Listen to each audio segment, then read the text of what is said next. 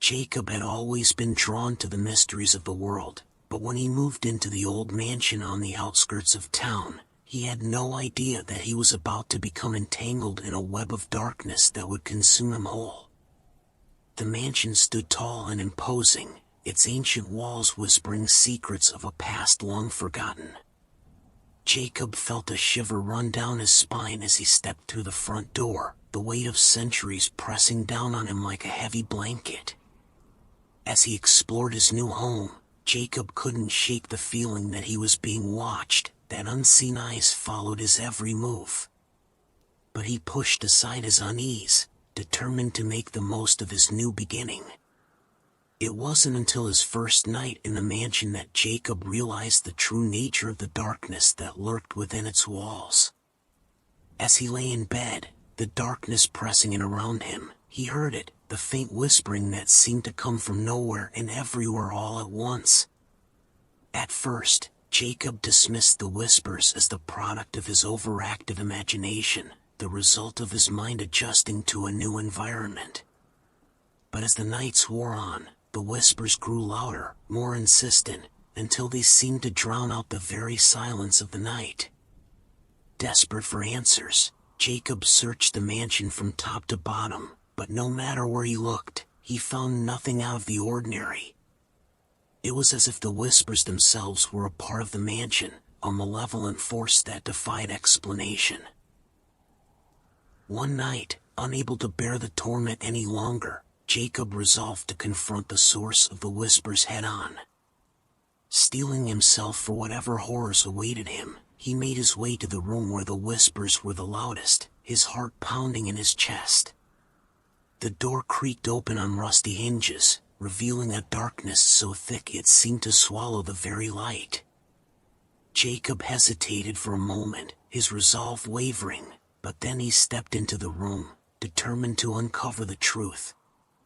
At first, all he could hear was the sound of his own breathing, loud and ragged in the stillness of the night. But then, just as he was about to turn back, he heard it, the whispering, faint at first, but growing louder with each passing moment. Jacob followed the sound, his heart pounding in his chest, until he reached the far corner of the room. There, in the shadows, he saw her, a spectral figure, her form ethereal and indistinct, her eyes filled with a sadness that pierced him to the core. "I am trapped," she whispered, her voice barely more than a breath. Trapped between worlds, unable to find peace. Jacob's mind raced as he tried to make sense of what he was seeing. Was this a ghost? A figment of his imagination? Or something far more sinister? As if sensing his confusion, the woman spoke again, her voice filled with desperation. "You must help me," she pleaded. "You are the only one who can set me free." Determined to help the woman, Jacob delved deeper into the history of the mansion, uncovering secrets that had long been buried. He learned of a young woman who had lived in the mansion centuries ago, her life cut tragically short by a love gone wrong. But as he dug deeper, Jacob began to realize that there was more to the woman's story than met the eye. There were dark forces at work, forces that sought to keep her trapped in the darkness forever.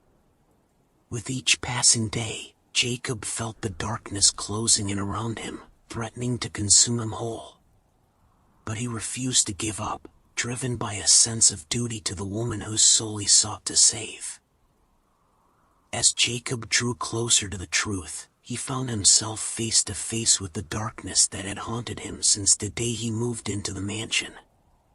It was a darkness unlike anything he had ever encountered, a malevolent force that seemed to feed on his fear and despair.